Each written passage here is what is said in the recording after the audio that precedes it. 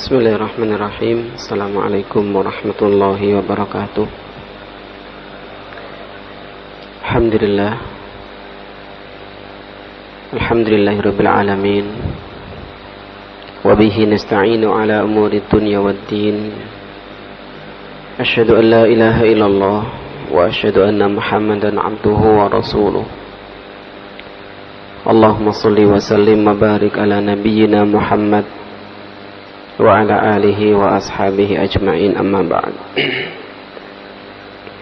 Jamaah kaum muslimin yang dimuliakan Allah, alhamdulillah, puji syukur kehadirat Allah Subhanahu wa taala atas segala nikmat yang diberikan kepada kita, yang barangkali masih sedikit nikmat itu yang kita syukuri. Dan semoga duduk kita setelah salat maghrib ini adalah salah satu perwujudan daripada rasa syukur kita kepada Allah Subhanahu wa taala. Jamaah sekalian, tema kita malam hari ini masih berkisar tentang khamr, yaitu adraru al-khamr. Dr. Abdul Wahab Khalil pernah menulis dalam salah satu majalah At-Tamaddun al-Islami tentang bahaya khamr, baik secara kejiwaan, secara fisik maupun secara akhlak.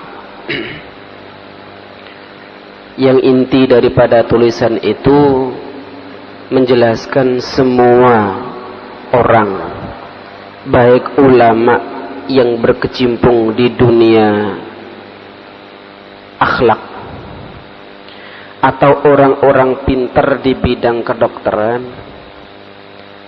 ulama-ulama agama, ulama-ulama kemasyarakatan, bahkan ulama-ulama di bidang ekonomi, ilmuwan-ilmuwan di bidang ekonomi mengatakan bahwasanya khamr itu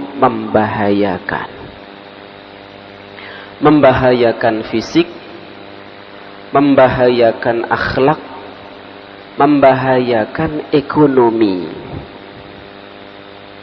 Coba khamr, apa bahayanya bagi ekonomi? Banyak. Duit yang dibelikan khamr itu bisa digunakan untuk sesuatu yang positif. Satu botol berapa, Pak? Bukan sing royo, gak tahu. Oh, tergantung merek. Kapal sampean piro? Sing merek paling elek piro?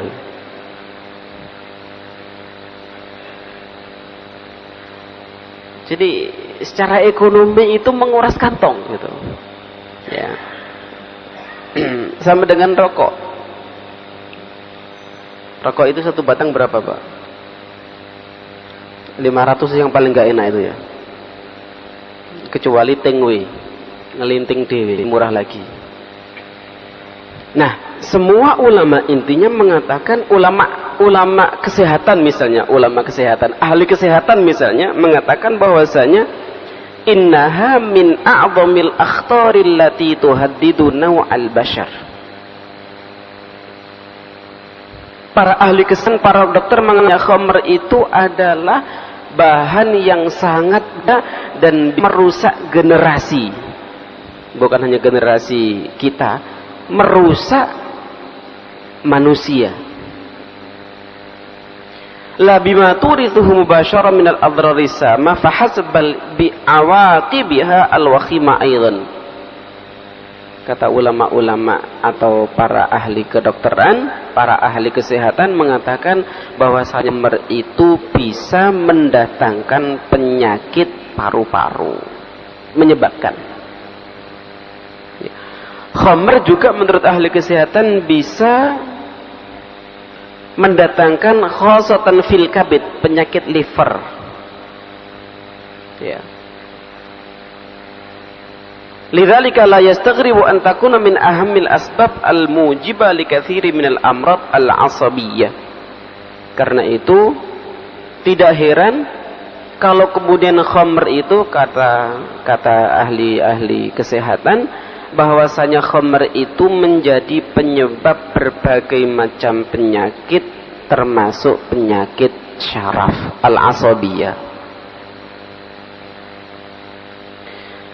Kalau ulama ad-din, orang-orang pintar di bidang agama, menyatakan bahwasanya khamr itu haram. Dan kenapa dikatakan haram? Karena khamr itu ummul khaba'ith. Ahli atau ulama di bidang akhlak juga mengatakan hal yang sama. Orang-orang yang pintar di bidang kemasyarakatan juga mengatakan khamr itu menimbulkan efek yang luar biasa.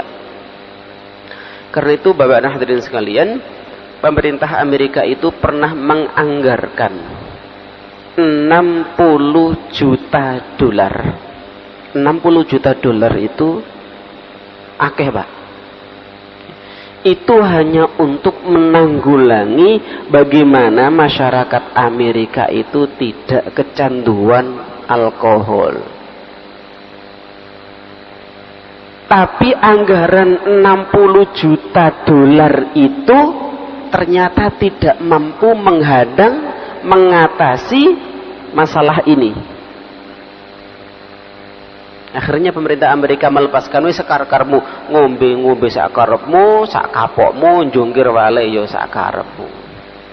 Akhirnya dilos. Undang-undang yang mencanangkan bahwasanya khamr itu dilarang dicabuti semuanya. Kalau gak ini wis dicabuti wae. Ya, itu pemerintah yang kita tahu bagaimana pemerintahan itu. Kita tahu bagaimana akhlak manusia di negara itu. Jadi pemerintah Amerika saja punya komitmen untuk itu. Anggaran 60 juta dolar itu termasuk untuk masang iklan tentang bahayanya khamr. Nah, mungkin iklan rokok itu juga nyentuh sana. Merokok dapat menyebabkan kanker. Pemane, Pak? Ya, tapi ngono ya akeh sing tuku. Dan anggarannya luar biasa untuk itu. Ya. Nah, sekarang yang perlu kita perhatikan adalah mahya al-khamr. Khamr itu sakjane apa sih? Apakah khamr itu adalah semua yang hitam? Benda cair yang hitam. Ini benda cair yang hitam itu sakno sing seneng kopi. Ora iso ngombe kopi lan, iku cair hitam. Ya. Apakah khamr itu yang manis lho? Sing seneng gula ya angel. Ya. Al-khamru hiya tilka sawa'il ma'rufah mu'tadda bi tariqin tukhmaru ba'dil hububi awil fawakih. Jadi khamr itu adalah barang. Kalau zaman dulu itu khamr itu yang benda cair, tapi sekarang mungkin tidak cair. Ya. Tidak cair berbentuk pil atau kapsul, tapi malah diharamkan seperti obat dan seterusnya, itu masuk dalam sini. Tapi khamr itu adalah as-sawa'il ma'rufah, benda cair yang terkenal, yang cara pembuatannya itu bitarakin tukhmaru ba'dal hububi abil fawakih, dibuat dari perasan biji-bijian atau perasan buah. Wa tahawwalan nisa'u awis sukar allati tahtawihi ila ghaul biwasitati ba'di kainatin hayyah. Ketika atau setelah diperas, ya, buah itu atau biji-bijian itu kemudian dikasih bahan, ya, namanya bahan peragian itu, kemudian merubah jus yang asalnya bisa diminum langsung dan itu halal. Apakah jus apa, Pak? Melon atau jus alpukat atau jus apa saja, ketika dikasih zat itu berubah nanti, diendapkan beberapa hari itu bisa berubah. Ya. Jadi khamr itu tidak selalu dari anggur. Jadi dari apa saja, buah apa saja, biji apa saja yang diperas kemudian dikasih tadi itu, bahan peragian tadi itu yang kemudian membuat terjadi apa namanya dalam dunia kimia, fermentasi, ya. Kalau sudah berubah berfermentasi yang asalnya boleh, itu menjadi. Jadi walaupun asalnya apel, walaupun asalnya pisang, ketika sudah ada proses seperti itu, nah itu menjadi khamr. Wa qad summiyat khamran li annaha takhmurul aqla wa tasturuhu. Dinamakan khamr, minuman seperti itu bisa menutupi akal. Bagaimana menutupinya? Yaitu ketika konsumsi itu dia tidak akan sadar terhadap apa yang diucapkan, dan dia juga tidak tahu apa yang dilakukan. Ketika orang sudah fly, tidak ingat apa yang dikatakan, dia tidak ingat apa yang dilakukan, mungkin dia tidak sadar, ya. Akalnya tertutupi. Hadza huwa ta'rifu tibbi lil khamr. Itu secara kedokteran khamr itu apa? Yaitu ada perasan, ada ya baik dari biji-bijian atau buah yang kemudian ada proses fermentasi itu, yang dengan proses fermentasi itu membuat cairan tadi itu bisa menjadi khamr atau memabukkan. Wa kullu ma min sya'nihi an yuskira yu'tabaru khamran. Karena itu semua yang bisa membuat orang mabuk itu dianggap khamr. Ya. Air tapi misalnya, seandainya ada orang yang mabuk gara-gara air tapi, itu bisa dikatakan. Saya belum pernah dengar kalau ada orang minum air tapi kemudian kelpek-kelpek itu. Ya. Atau apa saja. Nangka misalnya. Nangka itu kalau dijus dan diendapkan beberapa hari sampai terjadi prosesi, itu bisa menjadi sesuatu yang memabukkan. Ya. Famakana muskilun min ayyinun minal anwa'i fa'an. Apa saja yang bisa membuat orang itu tidak sadar, orang itu mabuk dari jenis apapun, fahuwa khamrun syara'an, maka itu disebut khamr secara syariat. Wa ya'khudhu hukmahu yastawi fi dzalika ma kana min al-inab awit tamr awil asal awil hinta awil syair. Baik bahan bakunya itu dari anggur atau kurma atau madu atau gandum, ya, au makana min ghairi hadhil asya, atau selain dari yang disebutkan tadi. Selain dari anggur, selain dari tamar, kurma, selain dari madu, selain dari gandum, dari bahan baku yang lain, kalau diproses seperti itu bisa disebut khamr. Idh anna dzalika kulluhu khamrun muharram. Kalau sudah berubah memabukkan, maka itu dinamakan khamr muharram, dan itu diharamkan. Wasyari'u la yufarriqu bainal mutamathilat fala yufarriqu baina syarabin muskir wa syarabin akhar muskir fayubihul qalil min sinfin wa yuharrimul qalil min sinfin akhar. Dan syariat Islam itu tidak membedakan, ya, apakah barang ini untuk seorang ini tidak memabukkan tapi bagi orang lain memabukkan. Jadi jangan dianggap misalnya, wah aku nek sakmono niku gak mabuk, berarti oleh kanggo aku ora.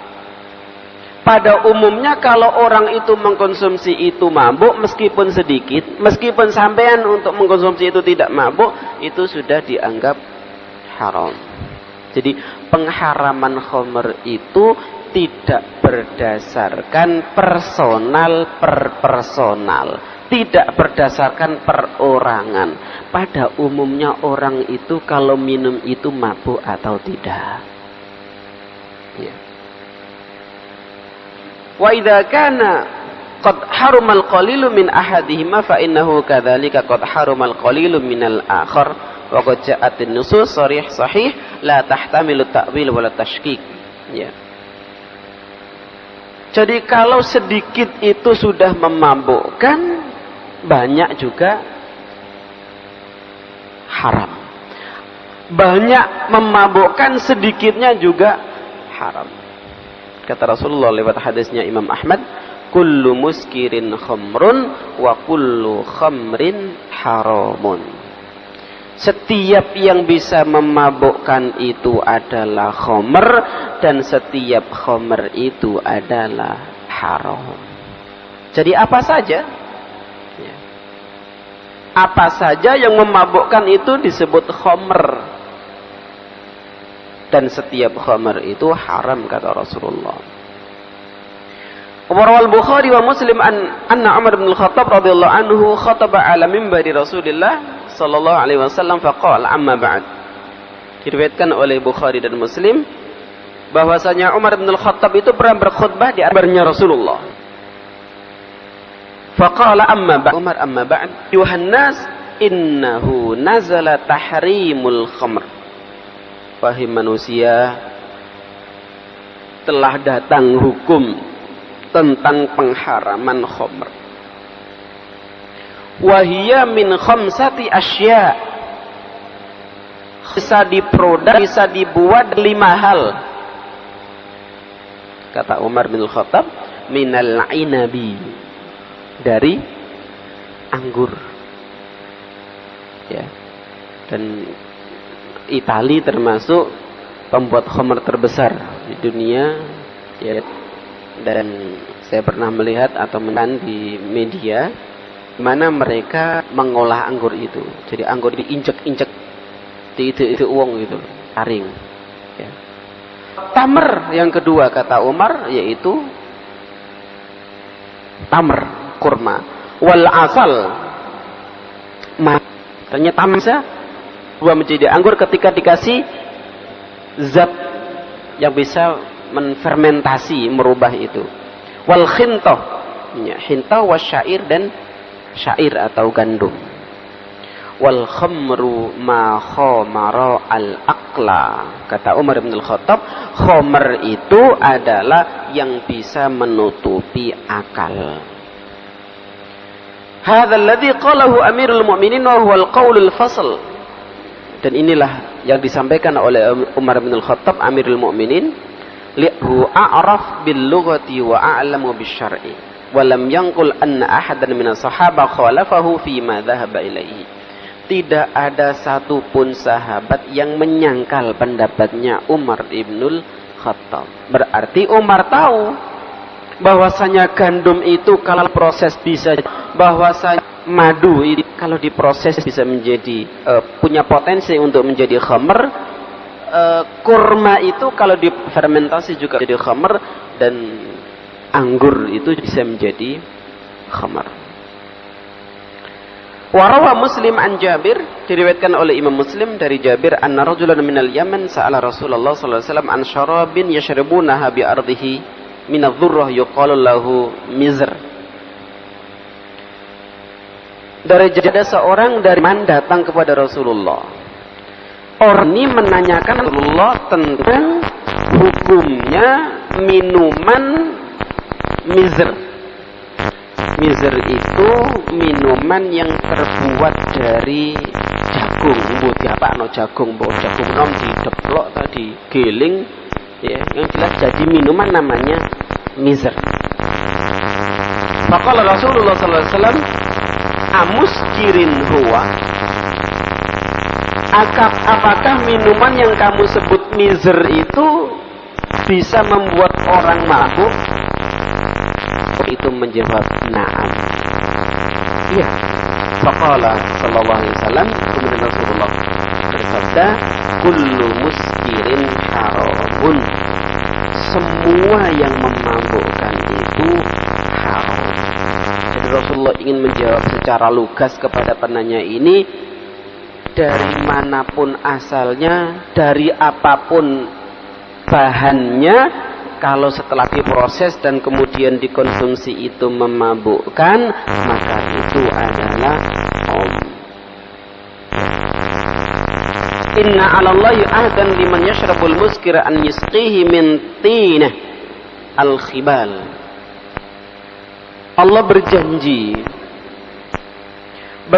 kepada orang yang meminum minuman yang memabukkan, nanti di akhirat itu akan minum oleh Allah tinah bal atau al. Sahabat bertanya, jamaah sekalian, qalu ya Rasulullah, wa ma tinatul khobal? Tina khobal itu apa? Rasulullah kemudian menjawab, araku ahlin nari, atau qala asaratu ahlin nar.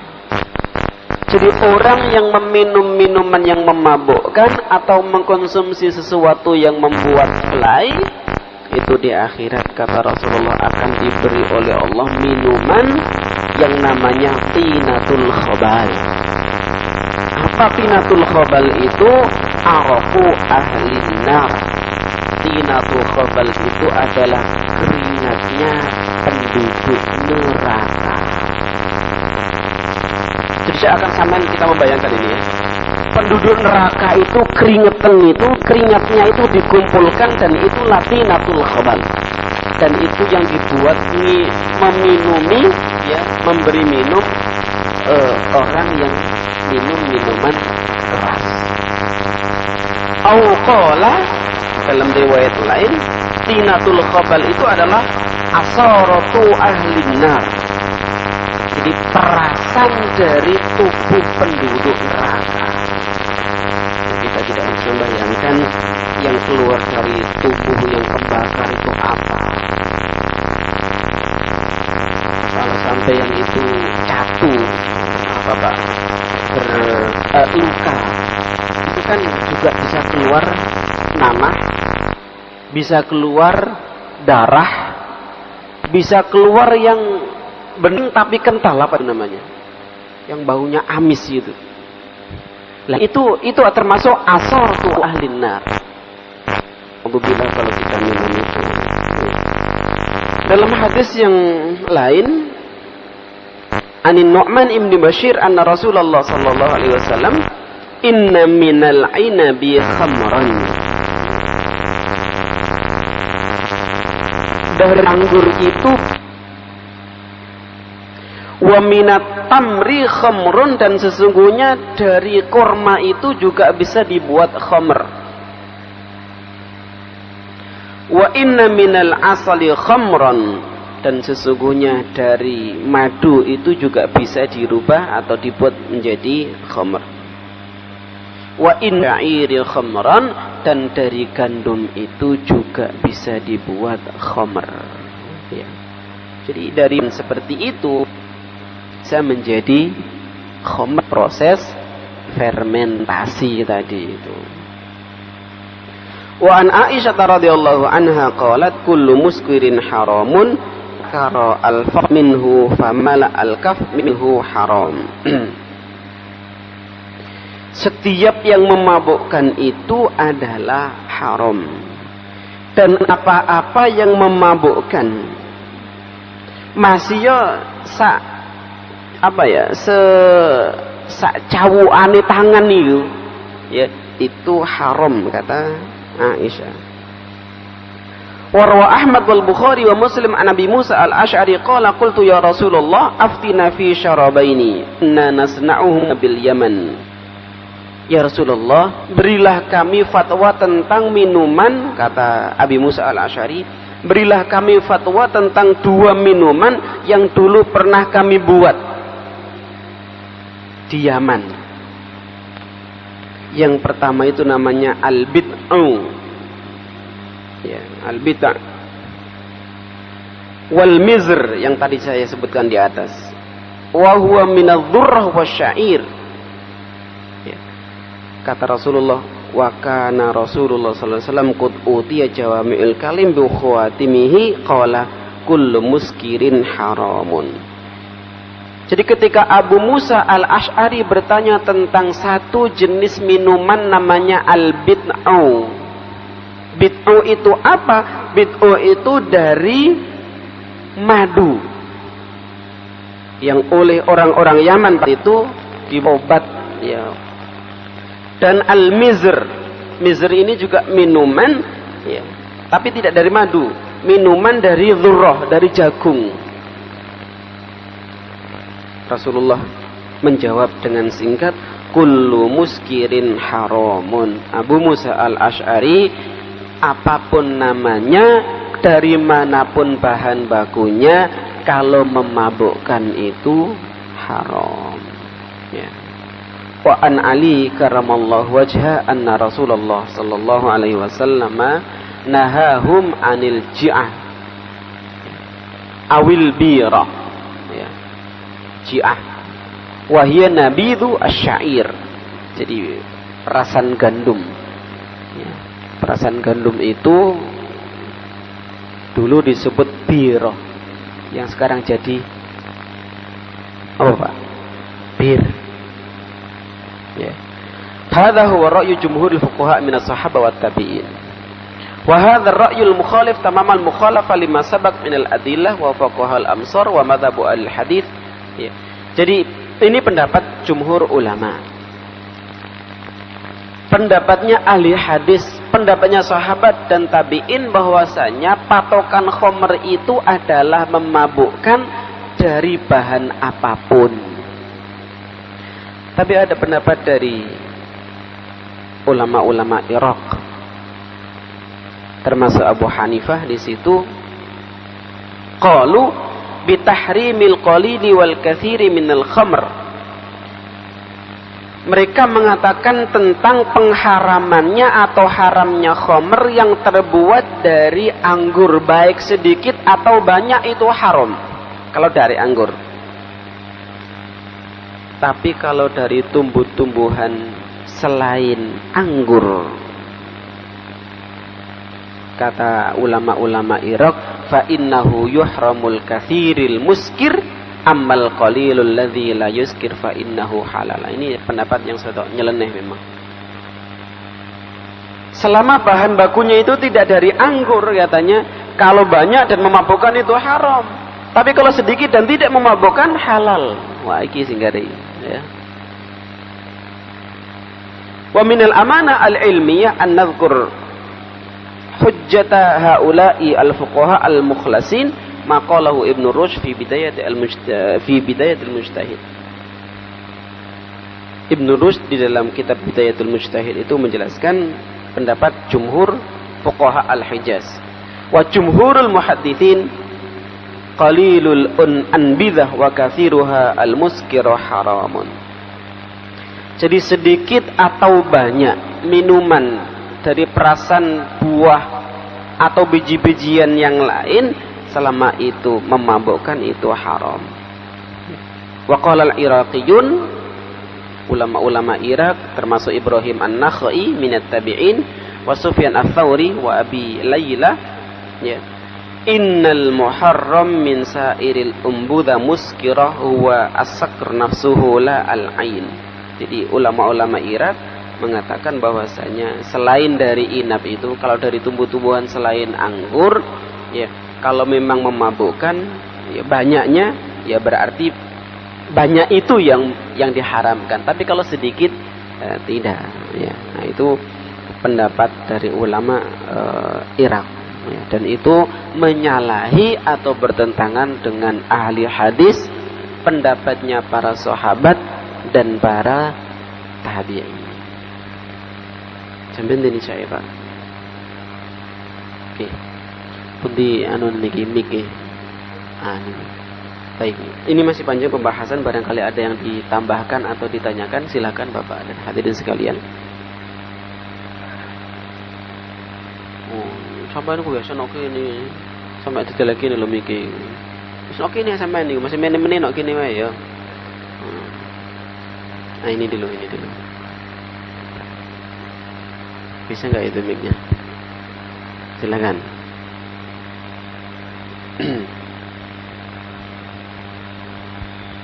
Assalamualaikum Ustaz. Waalaikumsalam warahmatullahi wabarakatuh. Segala sesuatu yang memabukkan itu termasuk dilarang dalam Islam. Khamr antara lain ya Ustaz. Ketika khamr itu cair, apakah itu termasuk najis? Dan ketika kena baju yang untuk sholat, apakah itu termasuk proses pencuciannya itu sama dengan najis gitu Ustaz? Terima kasih. Iya. Baik.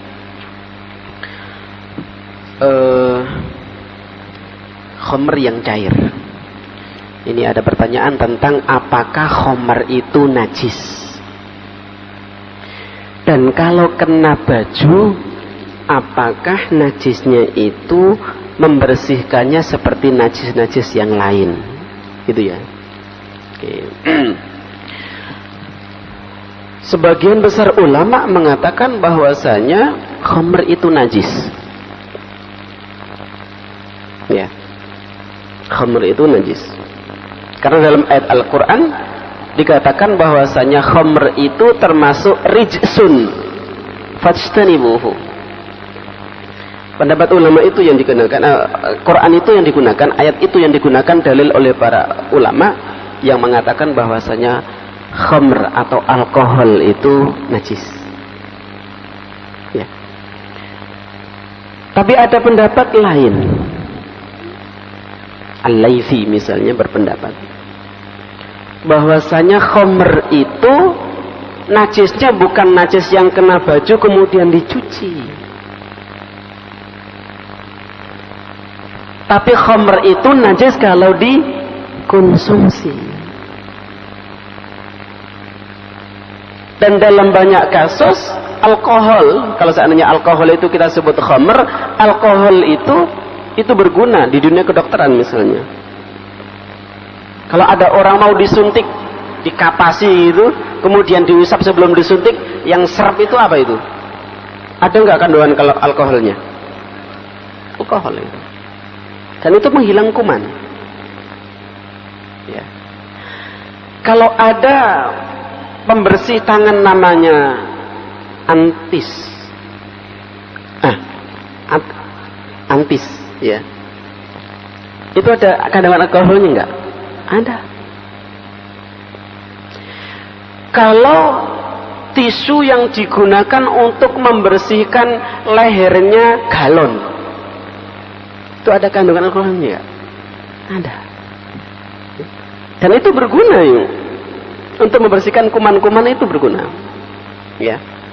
Nah, karena itu Al-Laythi itu berpendapat bahwasanya alkohol, ya, atau khamr katakanlah itu najis kalau dikonsumsi. Untuk ulama atau madhab yang pertama tadi, karena hati-hati, maka kemudian ada yang tidak mau menggunakan minyak wangi yang ada kandungan alkoholnya. Kemudian ada tulisan minyak wangi tanpa alkohol. Yang disemprot itu kan ada kandungannya. Makanya nggak mau yang pakai seperti itu mazhab yang pertama. Tapi yang kedua, ternyata banyak kandungan ada manfaatnya lah kandungan alkohol di dalam beberapa bahan itu, misalnya tisu tadi itu untuk membersihkan botolnya, galon, lehernya galon dan seterusnya, ya, itu. Nah, seandainya najis misalnya, kemudian alkohol itu atau khamr itu kena baju, apakah nyucinya itu seperti nyuci baju yang kena najis yang selain alkohol? Najis itu kan macam-macam. Najis itu yang cara menghilangkannya bisa dengan disiram, ya, disemprot air saja, seperti najisnya air pipis anak bayi yang belum mengkonsumsi selain air susu ibunya. Itu air najisnya disempit saja, itu sudah hilang najisnya. Tapi ada yang harus dicuci. Bahkan ada najis harus dicuci sebanyak 7 kali, yaitu kena jilatan anjing. Nah, yang jelas najisnya khomer, seandainya kita katakan atau kita ikut madhab yang pertama tadi, najisnya khomer itu tidak sampai pada derajat jilatannya anjing. Jadi seandainya kita mengikuti pendapat yang mengatakan najis tadi itu, berarti cukup kita cuci atau kita usap dengan air, itu sudah bersih. Ya, oke. Ada yang lain? Oh, niku. Oh, nggih. Monggo, Pak. Sampeyan ngoneaken nggih. Wis pun sampean sebul pun. Assalamualaikum Ustaz. Waalaikumsalam warahmatullahi wabarakatuh. Tadi bilang kalau makan atau minuman yang mengantuk atau langsung tidur itu memabukkan. Misalkan kita makanan atau minuman yang bisa mengantukkan orang. Iya. Siapa? Aku mau nerang ngono ta? Ndak. Jadi ini loh contohnya Ustaz. Kita itu nggak bisa tidur, iya, terus habis berobat kita suntik kayak atau obat langsung bisa tidur. Iya. Oke. Haram apa? Kayaknya saya tadi tidak menerangkan deh makanan atau sesuatu yang bisa bikin ngantuk itu alkohol atau memabukkan, tidak ya. Kita lihat dulu bahannya apa. Iya. Jadi itu kan berupa pil toh. Ada pil yang kalau orang itu gak iso turu, itu kayak ikut turu. Ya. Nah, kita lihat itu apa kandungannya. Pil yang kalau kita nggak bisa tidur kemudian makan atau minum pil itu langsung gak sadar mbok turu nok ndi itu. Moro-moro wis tangis awan gitu. Itu apa bahannya kan gitu. Ya. Jadi di sini kita tidak bisa menjustifikasi atau mengatakan bahwasanya pil untuk menghilangkan susah tidur itu kemudian haram, tidak. Tapi dilihat dulu bahannya apa. Kalau bahannya itu dari sesuatu yang haram, yaitu haram. Ya, kayak kemarin itu gesekan antara MUI dengan siapa, Menteri Kesehatan itu, Ibu Siti Fadilah Supari, tentang vaksin untuk para jamaah haji yang diduga ya oleh MUI mengandung sesuatu yang haram, yaitu bahannya dari babi. Ya. Kalau memang dari babi, yang berwenang mengatakan itu haram atau tidak, bahannya apa, itu yang meneliti adalah majelis ulama. Kalau memang bahannya itu ada unsur babinya misalnya, ya ulama tidak mau mengatakan itu halal, pasti mengatakan itu adalah haram, karena teksnya jelas, dalilnya jelas tentang pengharaman babi. Nah, kalau pilnya tadi itu dari babi, ya jelas haram, Pak. Tapi ini dari bahan-bahan yang tidak haram, ya ndak haram. Loh, dokter ya gak ngerti pemane aku, tambah gak ngerti. Dokter dhewe gak ero bahane apa gitu. Nah, ketika tidak tahu bahannya, ya sampean gak usah istihad, wah iki paling-paling iku teko babi. Terus sampean bilang haram, ya jangan. Ya, sampean tanya dokternya gak ngerti. Dok iki teko apa iki, Dok? Mbok aku lho mboten ngertos. Ya sampai nombe wae wis bismillah, dari yang halal bukan dari yang haram. Tanya pabrik dokter lho, pabrik e sok ngerti. Monggo, Pak. Mic-nya sampean bawa sana. Mas tolong. Itu lho Bapak itu lho. Ya. Heeh, kasihkan.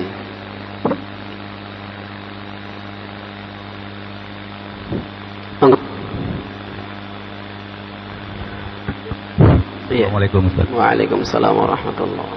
Nah ini Allah itu maha tahu Ustaz ya. Jadi makanan yang semulanya halal seperti anggur, jagung gitu tiba-tiba jadi haram setelah melalui fermentasi. Iya.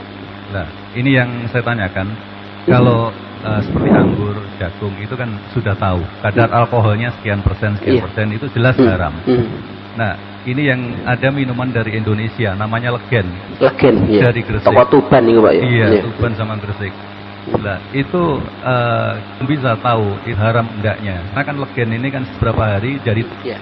Lah, tua itu kalau diminum kan memabukkan. Memabukkan ya. Nah, itu caranya gimana kalau misalnya kita mau mengetahui itu tua atau Legen? Nah, apakah setelah dicicipi padahal sedikit sudah haram kan? Iya. Nah, itu pertama. Terus kedua, seperti ini Ustaz, jamuan-jamuan kenegaraan ya, seperti ya orang-orang elit lah.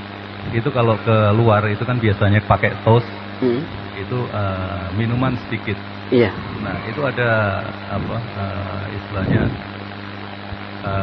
pemilih bahwa kalau minum sedikit itu asal tidak memabukkan. Itu boleh. Nah, itu gimana? Assalamualaikum warahmatullahi wabarakatuh. Iya. Tapi kalau satu morong itu apa Pak ya?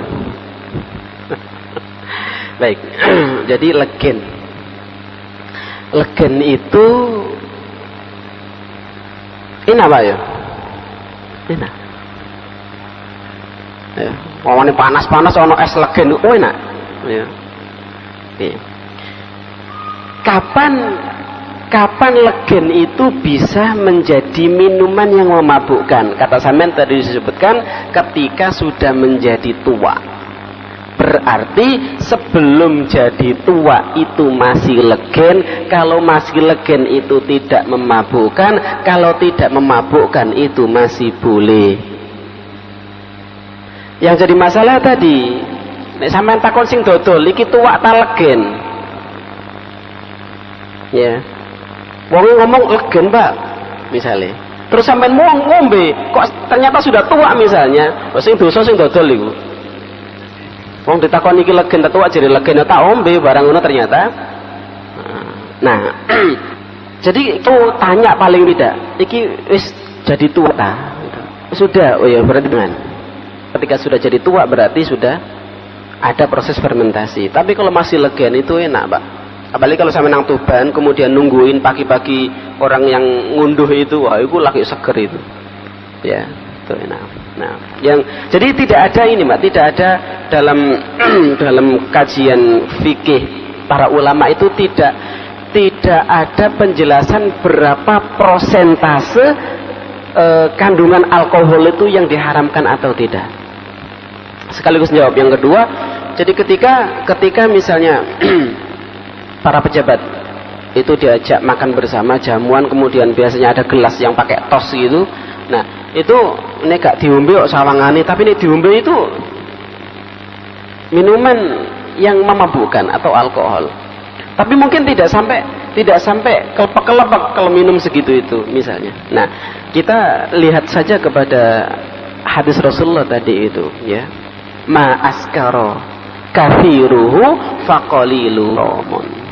Jadi kalau sesuatu itu diminum dalam jumlah yang besar ini mabukkan, maka jumlah yang dikit pun haram. Jadi kalau misalnya kita dijamu dengan gelas yang isinya begitu, ya wae sampean tos, ya apa-apa sampai aja diminum. Kalau ingin mengerti misalnya, ya. Kalau seandainya boleh tidak pakai tos, boleh tidak pakai meminum, ya nggak usah. Ya. Atau sampean angkat di tos nanti, sodokno pas ngono, ya pecawisan. Tos gitu, piar. Pecah kabeh tambahannya. Nah. Ya, jadi tidak berapa persen. Jelas kalau banyaknya itu memabukkan, sedikitnya juga haram. Ya. Terima kasih Bapak dan Ibu dan hadirin sekalian. Kayaknya sudah isya. Kita akhiri dengan doa kafaratul majlis. Subhanakallahumma wa bihamdika asyhadu an la ilaha illa anta astaghfiruka wa atubu ilaik. Assalamualaikum warahmatullahi wabarakatuh.